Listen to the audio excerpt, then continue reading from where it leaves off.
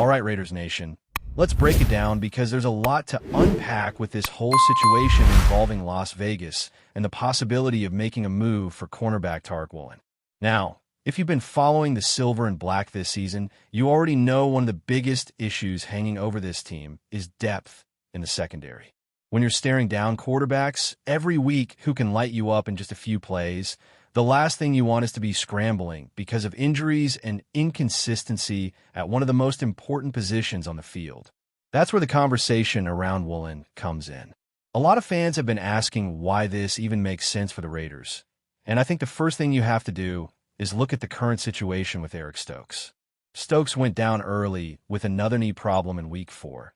And although we don't know the full extent of it, the reality is he's been dealing with knee issues his whole career. It's been one setback after another, and as much as you want to believe he'll come back stronger, you can't ignore the track record.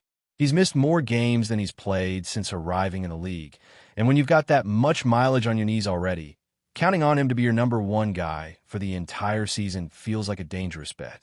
Now, even if Stokes were perfectly healthy, I'd still be standing here saying the same thing. The Raiders need more depth at cornerback. Look at the rest of the room right now. Cameron Richardson hasn't been on the field since Week 1 because of a hamstring that just won't let go. Darnay Holmes has not been the answer. Darian Porter has had flashes, but still hasn't shown he can hold down a starting job long-term. And Kai Blue Kelly has had some really rough moments these past couple weeks. It's one of those situations where you're almost covering your eyes because you know something bad is about to happen when the ball goes his way. That's why Woolen is so intriguing. People forget how good this guy looked as a rookie. He was a defensive playmaker, forcing turnovers and locking down his side of the field. Yes, his play has dipped since then, and yes, the advanced numbers are ugly right now, but we've seen what he's capable of in the right system. And if there's anyone in the NFL who understands how to maximize a tall, athletic corner like Woolen, it's Pete Carroll. Carroll has built his reputation as a cornerback whisperer, and Woolen is the kind of player that fits his prototype perfectly. 6'4", over 200 pounds, freakish speed, and ball skills. That's the exact mold Carroll loves, and it's why those first seasons in Seattle were so impressive. So why would the Seahawks even consider letting him go? That's the million-dollar question. The truth is their depth chart has shifted. Witherspoon came in as a high draft pick. Kendrick has stepped up with some impressive performances in the nickel, and Josh Job has earned his role outside. Suddenly, Woolen is in this weird spot where he might end up on the bench even though he's talented enough to start. And if you're Seattle, do you really want to hold on to him knowing you'll have to make a decision about his contract soon? He's in a contract year, his production has slipped, and if you wait too long, his trade value plummets. From a perspective, it makes a lot of sense to deal him now, while other teams still see upside. From the Raiders' angle, this screams buy low opportunity. We're talking about a player who, at his peak, looked like a future star, and right now his stock is way lower than it should be. He's been criticized for inconsistency. His PFF grade is sitting in the 40s, and he's fallen out of favor with his current coaching staff. That's exactly the type of situation where you step in, especially when your cornerback room is paper thin. If you can grab him for a mid-round pick, that's like walking into a garage sale and finding something valuable at half the price. And don't forget, Las Vegas has some extra draft capital to play with.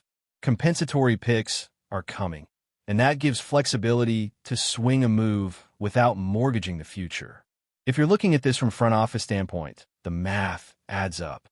Trade a pick you weren't going to use on a premium starter. Bring in a guy who's proven he could be a ball hawk at this level, and let Pete Carroll reunite with him in an environment where he might rediscover that form. That's not just taking a chance. It's smart roster building when you're trying to solidify a defense that's been vulnerable against the pass. Of course, some people are going to push back and say, why bring in a corner who's struggling? And I get it. Nobody wants to invest in a player who might end up as another failed experiment. But the way I see it, this is about upside. Woolen's best seasons are still fresh in everyone's memory. And when you compare what he's shown at his peak with what the Raiders are rolling out right now, it feels like a gamble worth taking. Sometimes a change of scenery and the right coaching can flip the script completely, and the connection between Woolen and Carroll is exactly the kind of link that could spark that turnaround. Raiders Nation has always been about taking risks, about going after talent that others overlook or give up on. This would be one of those moves that fits that identity perfectly. You're not just patching a hole. You're betting on potential, betting that Woolen can get back to being that 6-interception rookie who made quarterbacks pay for testing him. And if he does, suddenly the entire outlook of the defense changes. If we keep peeling this back, what makes the conversation even more fascinating is the trade mechanics themselves. Every time a name like Riq Woolen comes up, people immediately want to know what it's going to cost. That's natural, because at the end of the day, trades in the NFL don't happen unless the price feels right for both sides. When you think about where the Seahawks are positioned, they're not going to just give him away for nothing. This is still a former Pro Bowl corner with freakish size and athleticism. Even though his play has dipped, the potential is still there, and the league remembers what he did as a rookie. So the idea of acquiring him for a late 7th-round pick is unrealistic. But this is where it gets interesting for the Raiders, because the two teams actually line up in a unique way that makes something possible. Seattle drafted Woolen in the 5th round back in 2022. Imagine flipping a player 4 years later for the exact same value you used to draft him, especially when you might not even plan to bring him back on a new deal. That's basically breaking even on an investment, but with the added benefit of having gotten solid years of production in between. For the Raiders, giving up a 5th-rounder to bring in a potential starter at corner is hardly a steep price, especially when you consider the miss rate of mid-round picks. The hit rate on 5th-round corners is incredibly low, and most of the time, you're just hoping to find a developmental project who can contribute on special teams. Trading that for someone who has already shown he can produce at a high level in the NFL is a completely different equation. Now, Seattle fans will argue they should be able to get more than that. Some would say a 4th-rounder is more realistic, especially since teams like the Raiders are desperate for help in the secondary. Desperation drives up the cost. And honestly, if Las Vegas ended up sending a 4th-round compensatory pick to Seattle, it still wouldn't feel like an overpay. You'd essentially be turning an extra asset into an immediate starter. That's how good franchises operate when they see an opening. The other part that cannot be ignored is the financial angle. Woolen is heading into a contract year, and that always complicates things. Seattle doesn't want to pay him top dollar if they're not sure he's part of the long-term plan. The Raiders, on the other hand, have to ask themselves if they're willing to not only trade for him, but also potentially commit to him beyond this season. That's where Pete Carroll's influence really matters. If Carroll believes he can bring Woolen back to form, then you're not just renting him for 1 year, you're possibly finding your cornerstone at corner for the next 4 to 5 seasons. That's a huge difference. And think about the ripple effect it would have on a roster. Suddenly, you're not forcing younger guys into roles they're not ready for. You're not hoping that a patchwork group of backups can somehow hold up against elite receivers. Instead, you'd have a player who can line up against the opposition's best wideout and give you at least a fighting chance. That changes the way defensive coordinator Patrick Graham calls a game.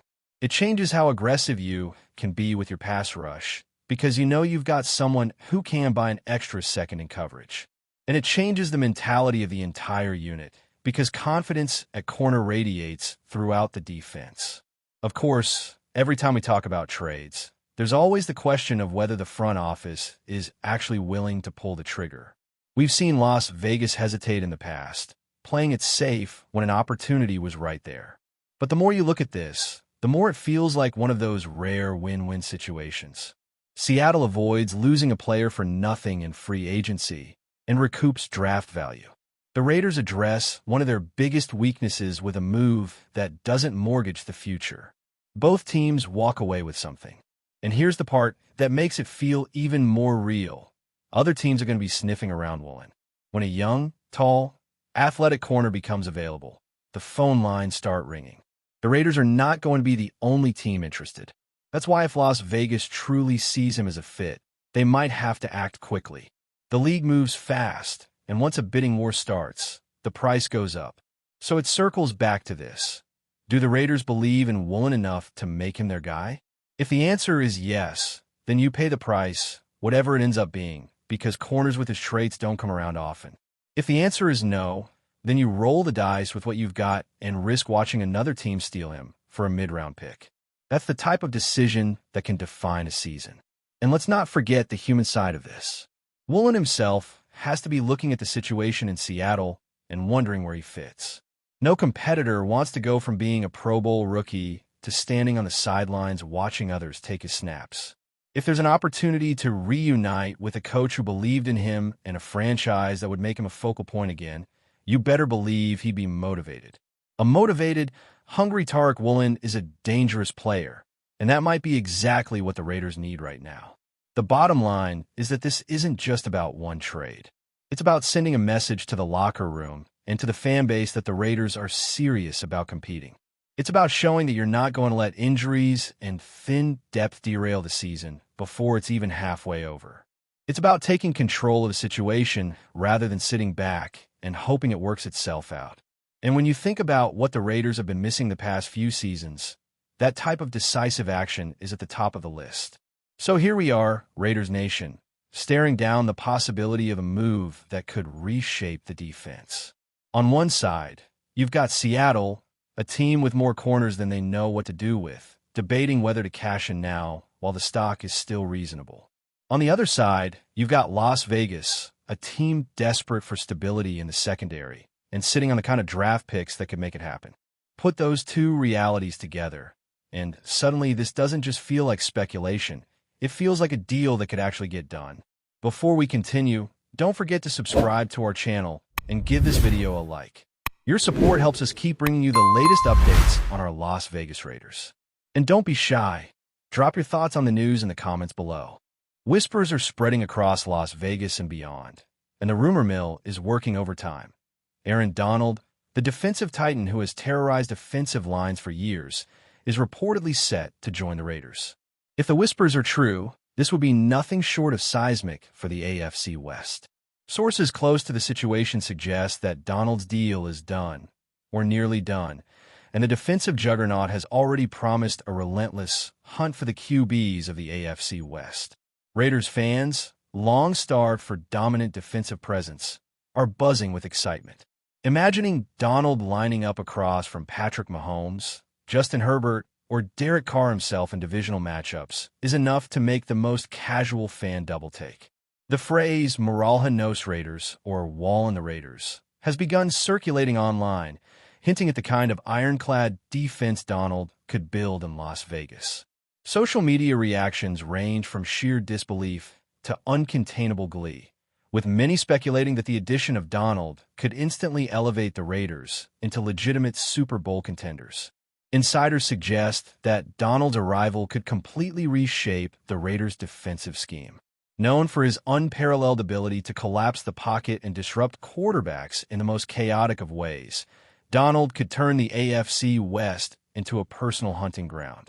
Teams like the Chiefs and Chargers may soon find themselves under siege every Sunday, as Donald brings his unique combination of brute strength, lightning-quick reflexes, and unmatched football IQ to one of the league's most notorious divisions.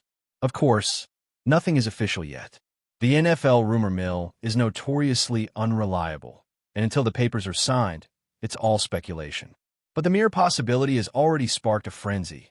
Sports shows, podcasts, and fan forums are abuzz with debate over how the Raiders will restructure around their rumored new centerpiece. If Aaron Donald does indeed arrive, Las Vegas could be on the verge of experiencing a defensive renaissance the likes of which the league has rarely seen. For now, fans will cling to the tantalizing promise, a relentless, unyielding force ready to hunt every quarterback in the West, and perhaps, finally, make the Raiders a nightmare for the rest of the NFL. That's it for this update. If you enjoyed the video and want to stay updated with exclusive news about our Las Vegas Raiders, be sure to subscribe to our channel and hit that like button. We can't wait to hear your thoughts in the comments. See you in the next video.